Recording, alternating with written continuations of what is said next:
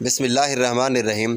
جب حضرت محمد صلی اللہ علیہ وآلہ وسلم کی وصال کا وقت قریب آیا تو حضرت انس رضی اللہ تعالیٰ عنہ نے پوچھا کہ یا رسول اللہ صلی اللہ علیہ وآلہ وسلم، آپ کا جنازہ کون پڑھائے گا؟ حضور صلی اللہ علیہ وآلہ وسلم کی آنکھوں میں یہ سنتے ہی آنسو آ گئے اور روتے ہوئے فرمایا کہ مجھے غسل وہ شخص دے گا جو بسم اللہ الرحمن الرحیم۔ حضرت انس بن مالک رضی اللہ تعالیٰ عنہ فرماتے ہیں، مجھے جس وقت حضور پاک صلی اللہ علیہ وآلہ وسلم کا آخری دیدار نصیب ہوا، یہ وہ وقت تھا جب آپ نے پیر کے دن گھر کا پردہ اٹھایا۔ میں نے آپ کا چہرہ مبارک دیکھا تو وہ قرآن کریم کے نورانی ورق کی طرح تھا۔ لوگ اس وقت حضرت ابوبکر صدیق رضی اللہ تعالیٰ عنہ کے پیچھے نماز ادا کر رہے تھے۔ آپ کو دیکھ کر لوگ پیچھے ہٹنے لگے تو آپ صلی اللہ علیہ وآلہ وسلم نے لوگوں کو اپنی جگہ کھڑے رہنے کا اشارہ فرمایا۔ پھر آپ نے پردہ گرا دیا۔ اسی دن کے آخر حصے میں آپ صلی اللہ علیہ وآلہ وسلم کا وصال ہو گیا۔ ام المومنین حضرت عائشہ رضی اللہ تعالیٰ عنہ فرماتی ہیں کہ حضور پاک صلی اللہ علیہ وآلہ وسلم کی وفات کے وقت میں نے آپ صلی اللہ علیہ وآلہ وسلم کو اپنے سینے پر سے سہارا دیا ہوا تھا۔ حضور نے پیشاب کرنے کے لیے تشت منگوایا، اس میں پیشاب مبارک فرمایا اور اس کے بعد آپ کی وفات ہو گئی۔ ام المومنین حضرت عائشہ رضی اللہ تعالیٰ عنہ فرماتی ہیں کہ میں نے حضور پاک صلی اللہ علیہ وآلہ وسلم کی وفات کے وقت آپ کو دیکھا کہ آپ صلی اللہ علیہ وآلہ وسلم کے قریب پانی کا پیالہ رکھا ہوا تھا۔ آپ صلی اللہ علیہ وآلہ وسلم اس پیالے میں اپنے ہاتھ مبارک ڈالتے اور چہرہ مبارک پر پھیرتے تھے اور ساتھ ہی یہ دعا فرماتے کہ اے اللہ، موت کی سختی پر میری مدد فرما۔ جب کوئی تکلیف آتی ہے تو اکثر لوگ بھٹک جاتے ہیں، تکلیف پر روتے ہیں اور اللہ تعالیٰ کے ذکر سے محروم ہو جاتے ہیں۔ اس مشکل وقت میں اللہ کے نبی نے یہ دعا مانگ کر امت کو سبق دیا کہ موت کی مشکل اور سختی کے وقت بھی توجہ اللہ تعالیٰ کی طرف رکھنا چاہیے اور کسی کی طرف دھیان نہیں جانا چاہیے۔ ام المومنین حضرت عائشہ رضی اللہ تعالیٰ عنہ فرماتی ہیں کہ موت کے وقت حضور پاک صلی اللہ علیہ وآلہ وسلم پر جو سختی تھی، اس کو دیکھ کر اب مجھے کسی شخص کے مرض الموت میں تکلیف نہ ہونے پر رشک نہیں ہوتا۔ حضرت ابن عباس رضی اللہ تعالیٰ عنہ ام المومنین حضرت عائشہ رضی اللہ تعالیٰ عنہ فرماتے ہیں کہ حضرت ابوبکر صدیق رضی اللہ تعالیٰ عنہ حضور پاک صلی اللہ علیہ وآلہ وسلم کی وصال کے بعد تشریف لائے اور حضور پاک صلی اللہ علیہ وآلہ وسلم کی پیشانی مبارک کو بوسہ دیا۔ یہ بوسہ دینا برکت حاصل کرنے کے لیے تھا یا الوداعی بوسہ تھا کہ آپ اپنے محبوب کو رخصت کر رہے تھے۔ اس روایت سے معلوم ہوا کہ اپنے کسی عزیز کو وفات کے وقت بوسہ دینا جائز بلکہ سنت سے بھی ثابت ہے، کیونکہ حضور پاک صلی اللہ علیہ وآلہ وسلم نے بھی حضرت عثمان بن مظعون رضی اللہ تعالیٰ عنہ کو وفات کے بعد بوسہ دیا تھا۔ حضرت انس بن مالک رضی اللہ تعالیٰ عنہ فرماتے ہیں کہ حضور پاک صلی اللہ علیہ وآلہ وسلم جس روز ہجرت فرما کر مدینہ منورہ تشریف لائے تو مدینہ کی ہر چیز روشن ہوگی، اور جس روز آپ صلی اللہ علیہ وآلہ وسلم دنیا سے رخصت ہوئے مدینہ منورہ کی ہر چیز تاریک نظر آنے لگی۔ ہم نے ابھی حضور پاک صلی اللہ علیہ وآلہ وسلم کے دلوں میں تبدیلی محسوس کی۔ دلوں میں تبدیلی محسوس کرنے کا مطلب کہ آپ کی ذات مبارکہ سے جو فیض حاصل ہو رہا تھا وہ ختم ہو گیا۔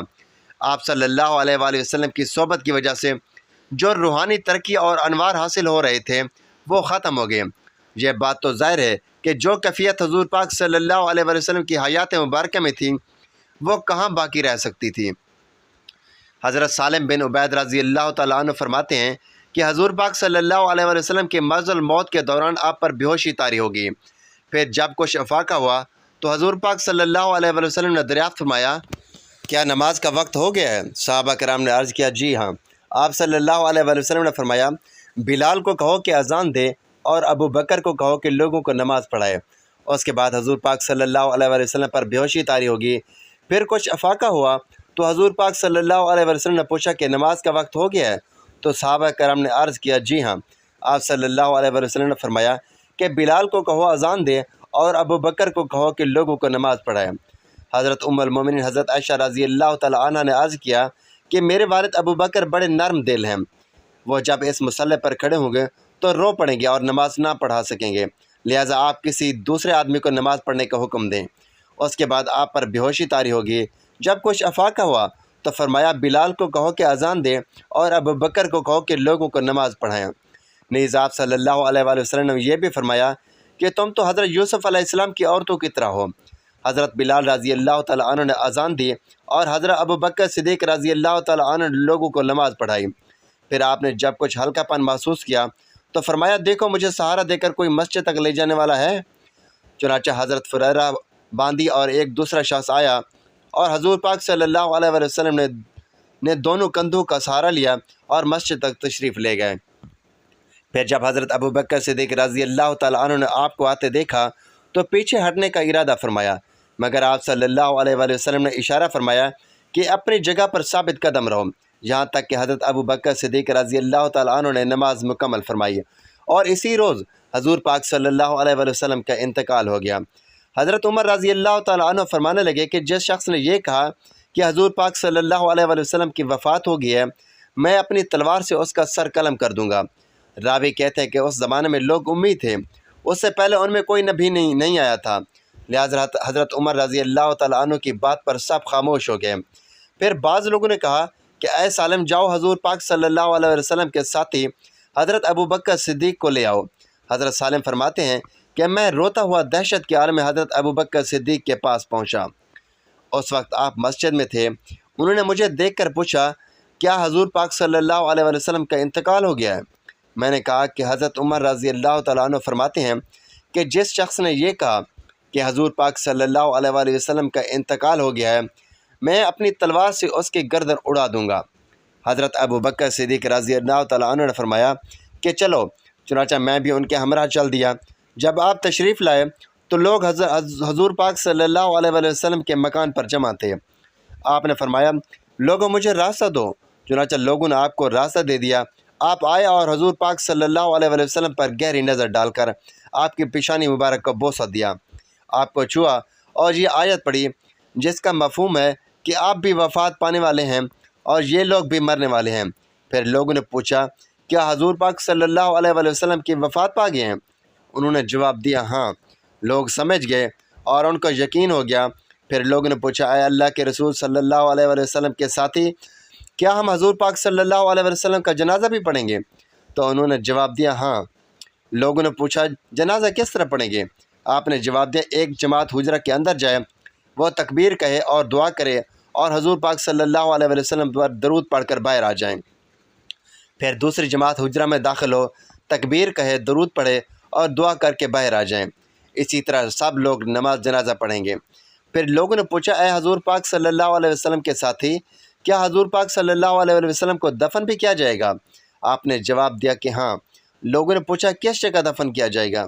حضرت ابوبکر صدیق رضی اللہ تعالیٰ عنہ نے جواب دیا کہ آپ کو اسی جگہ دفن کیا جائے گا جس جگہ فوت ہوئے، اس لیے کہ حضور پاک صلی اللہ علیہ وسلم کی روح مبارک اللہ تعالیٰ نے اسی جگہ قبض فرمائی جو جگہ اللہ کو پسند ہے۔ صحابہ کو ہر بات پر یقین ہو گیا کہ حضرت ابوبکر صدیق رضی اللہ تعالیٰ عنہ نے تمام امور میں ٹھیک رہنمائی فرمائی ہے۔ پھر حضرت ابوبکر صدیق رضی اللہ تعالیٰ عنہ نے حضور پاک صلی اللہ علیہ وسلم کے قریبی رشتہ داروں کو حکم دیا کہ وہ آپ صلی اللہ علیہ وسلم کی تجہیز و تدفین کریں۔ مہاجرین آپ میں خلیفہ کے بارے میں مشورہ کر رہے تھے تو انہوں نے یعنی مہاجرین نے کہا کہ اپنے انصاری بھائیوں کے پاس چلیں اور انہیں بھی اس معاملے میں اپنے ساتھ شریک کریں۔ چنانچہ جب مشورہ ہوا کہ ایک امیر ہم میں سے ہونا چاہیے اور ایک امیر تم میں سے ہونا چاہیے، حضرت عمر رضی اللہ تعالیٰ عنہ نے ارشاد فرمایا، وہ کون شخص ہے جس میں یہ تین فضیلتیں پائی جاتی ہیں؟ نمبر 1، جس کو قرآن نے ثانی السنین کہا، یعنی وہ غار جس میں حضور پاک صلی اللہ علیہ وسلم کا تنہائی کا ساتھی ہو۔ نمبر 2، جس کو اللہ تعالیٰ نے حضور پاک کا رفیق کہا ہو۔ اور نمبر 3، جس کو حضور پاک نے فرمایا ہو کہ غم نہ کرو، اللہ ہمارے ساتھ ہے۔ اس کے بعد حضرت عمر رضی اللہ تعالیٰ عنہ نے ہاتھ بڑھایا اور حضرت ابوبکر صدیق رضی اللہ تعالیٰ عنہ کے ہاتھ پر بیعت کی۔ پھر دوسرے تمام لوگوں نے بھی حضرت ابوبکر صدیق کے ہاتھ پر اپنی رضامندی اور رغبت کے ساتھ بیعت کر لی۔ اس حدیث میں اہم بات یہ ہے کہ حضور پاک صلی اللہ علیہ وسلم نے فرمایا کہ تم تو حضرت یوسف علیہ السلام والی عورتوں کی طرح ہو۔ وہ بات دراصل یہ ہے کہ حضرت ام المومنین عائشہ رضی اللہ تعالیٰ عنہ نے عرض کیا تھا کہ میرے والد نرم دل ہیں اور وہ نماز نہ پڑھا سکیں گے، اس لیے کسی اور کو مصلی پر کھڑا فرما دیں۔ تو حضور پاک صلی اللہ علیہ وسلم نے فرمایا، تم یوسف علیہ السلام والی عورتوں کی طرح ہو، یعنی جس طرح زلیخا بے جا بات پر ضد کر رہی تھی، تم بھی بے جا بات پر ضد کرتی ہو، تمہیں چاہیے تھا کہ میری بات فوراً مان لیتی۔ فرمایا کہ یوسف والی عورتوں سے مراد وہ عورتیں ہیں جنہوں نے زلیخا کو طعنہ دیا تھا کہ تم ایک غلام لڑکے پر عاشق ہو گئی ہو، تو زلیخا نے ان کی دعوت کی اور یوسف علیہ السلام کو ان کے سامنے آنے کا حکم دیا۔ ان عورتوں نے یوسف علیہ السلام کو دیکھ کر اپنے ہاتھ کاٹ لیے تو زلیخا کا مقصد ان عورتوں کی دعوت کرنا نہ تھا، بلکہ مقصد یوسف علیہ السلام کو دکھانا تھا۔ اس طرح آپ صلی اللہ علیہ وآلہ وسلم نے فرمایا کہ تم بھی یوسف علیہ السلام والی عورتوں کی طرح ہو کہ تم ظاہراً روکتی ہو کہ ابو بکر نرم بھی ہیں اور ان کی جگہ پر کسی اور کو مسلح پر کھڑا کر دوں، مگر تمہارا مقصد کچھ اور ہے۔ چنانچہ دوسری روایت میں ہے کہ حضرت ام المومنین عائشہ صدیقہ رضی اللہ تعالی عنہ خود فرماتی ہیں کہ میں بار بار اس وجہ سے کہہ رہی تھی کہ میرے باپ کی بات نہ کریں، کیونکہ وہ نرم دل آدمی ہیں، رونے لگ جائیں گے اور نماز نہ پڑھا سکیں گے۔ اس کی وجہ یہ تھی کہ میں خیال کرتی تھی کہ لوگ حضور پاک صلی اللہ علیہ وآلہ وسلم کی وصال کے بعد اس شخص کو کبھی پسند نہ کریں گے جو حضور پاک صلی اللہ علیہ وآلہ وسلم کی جگہ پر کھڑا ہو، لوگ ایسے شخص کو اچھا نہیں سمجھیں گے۔ اور حضرت حفصہ رضی اللہ تعالی عنہ اگرچہ ظاہر میں تو ام المومنین حضرت عائشہ رضی اللہ تعالی عنہ کی معرفت کر رہی تھیں، مگر شاید دل میں یہ ہو کہ میرے والد حضرت عمر رضی اللہ تعالی عنہ کو حضور پاک صلی اللہ علیہ وآلہ وسلم کی نیابت ادا کرنے کی سعادت مل جائے۔ والد کی عظمت و بزرگی کا زیادہ خیال ہو تو اس طرح ان کو حضرت یوسف علیہ السلام والی عورتوں کے ساتھ تشبیہ دی۔ حضور پاک صلی اللہ علیہ وآلہ وسلم کی وفات تمام صحابہ کرام کے لیے بہت بڑا ثانیہ تھی۔ انہیں سمجھ میں نہیں آ رہا تھا کہ کیا کریں۔ حضرت عثمان رضی اللہ تعالی عنہ کی حالت یہ ہوئی کہ وہ زبان سے کچھ بول نہ سکتے تھے۔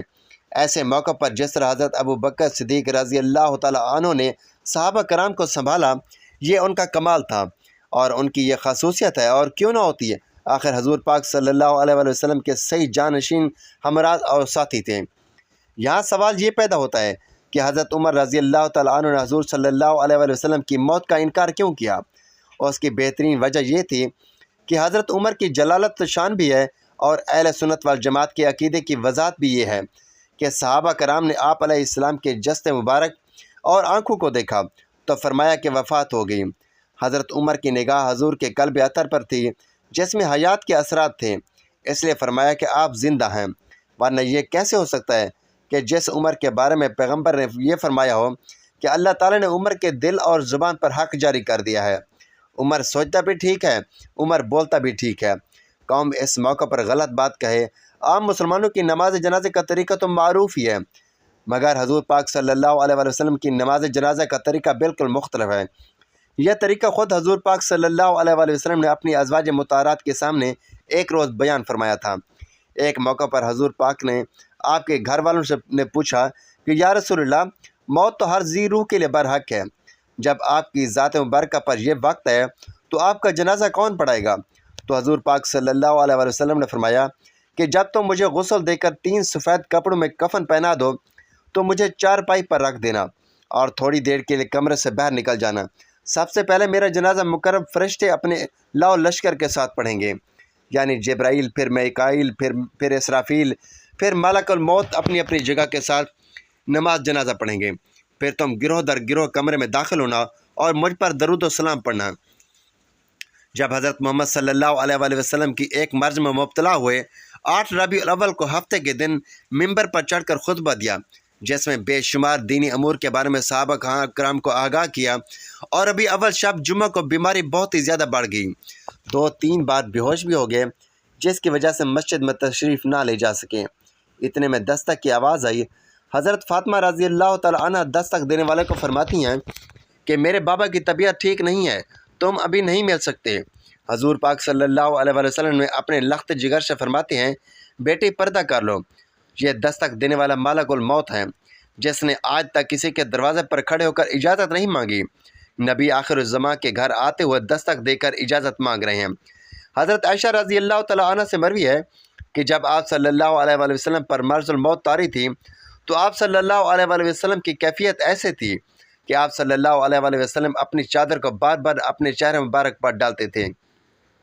جب زیادہ مرض کی کیفیت طاری ہوتی تھی تو چہرہ مبارک پر چادر لے لیتے تھے، جب کچھ بہتری محسوس کرتے تو اپنے چہرے مبارک سے چادر کو ہٹا لیتے تھے۔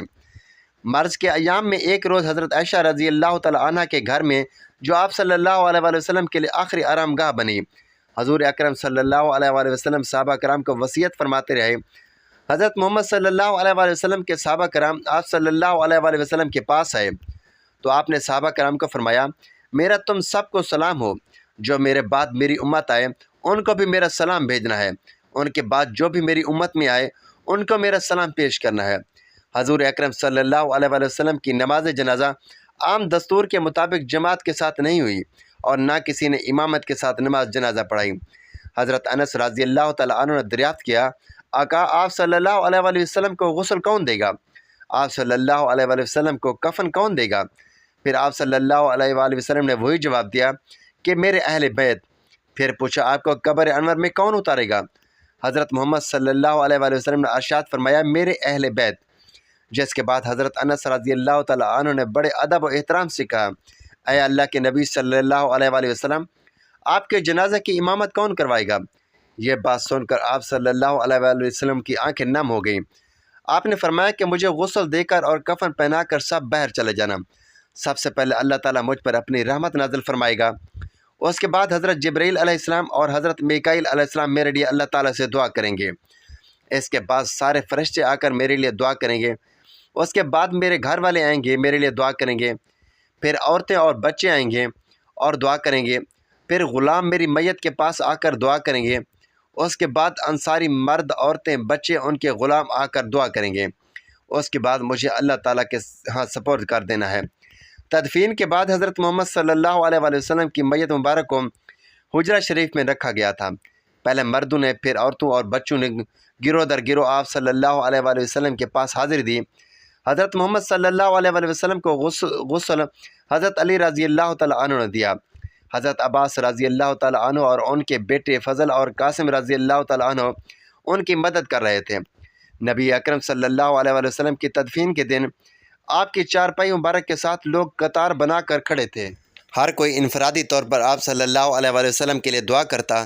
آپ صلی اللہ علیہ وآلہ وسلم کو حضرت ابن عباس اور حضرت علی رضی اللہ تعالیٰ عنہ اور آپ صلی اللہ علیہ وآلہ وسلم کے غلام شکران نے قبر میں اتارا تھا۔ جب یہ قبر سے باہر نکلے تو مغیرہ بن شعبہ قبر پر کھڑے تھے۔ انہوں نے اپنی انگوٹھی اتار کر قبر میں پھینک کر حضرت علی رضی اللہ تعالیٰ عنہ سے کہنے لگے کہ میری انگوٹھی گر گئی ہے، کیا میں وہ نکال لوں؟ حضرت علی نے کہا، ہاں نکال لیں۔ تو وہ قبر میں اترے اور حضرت محمد صلی اللہ علیہ وآلہ وسلم کے جسم عطر سے لپٹ گئے اور آپ صلی اللہ علیہ وآلہ وسلم کے بوسے لینے لگے اور دھاڑے مارنے لگے۔ وہ انگوٹھی بہانہ بنایا تھا، اصل بات تو یہ تھی کہ آپ صلی اللہ علیہ وآلہ وسلم کے جسم سے لپٹنا چاہتے تھے۔ تو لوگوں نے اوپر سے کہا، باہر آ جاؤ۔ آخری انسان جس کا جسم آپ صلی اللہ علیہ وآلہ وسلم سے لگا وہ مغیرہ بن شعبہ رضی اللہ تعالیٰ عنہ تھے۔ پھر آپ صلی اللہ علیہ وآلہ وسلم کی قبر کو مٹی سے بند کر دیا گیا۔ جب یہ مسئلہ کھڑا ہوا کہ حضور پاک صلی اللہ علیہ وآلہ وسلم کی قبر کہاں بنائی جائے، تو اس موقع پر شیر خدا حضرت علی رضی اللہ تعالیٰ عنہ سے منسوب ہے کہ آپ نے فرمایا تھا کہ جہاں نبی کی وفات ہوتی ہے وہاں ہی اس کی تدفین کی جاتی ہے۔ ناظرین، اللہ تعالیٰ سے دعا ہے کہ اللہ تعالیٰ ہم سب کی مغفرت فرمائے، موت کی سختی سے بچائے اور ہمارا خاتمہ ایمان پر فرمائے، آمین۔ ناظرین، ویڈیو اچھی لگی تو ویڈیو کو لائک کریں، شیئر کریں، چینل کو سبسکرائب کریں تاکہ ہر آنے والی اس طرح کی معلوماتی ویڈیو سب سے پہلے آپ تک پہنچے۔ تو ناظرین، اگلی ویڈیو تک کے لیے اجازت دیجیے۔ اللہ حافظ۔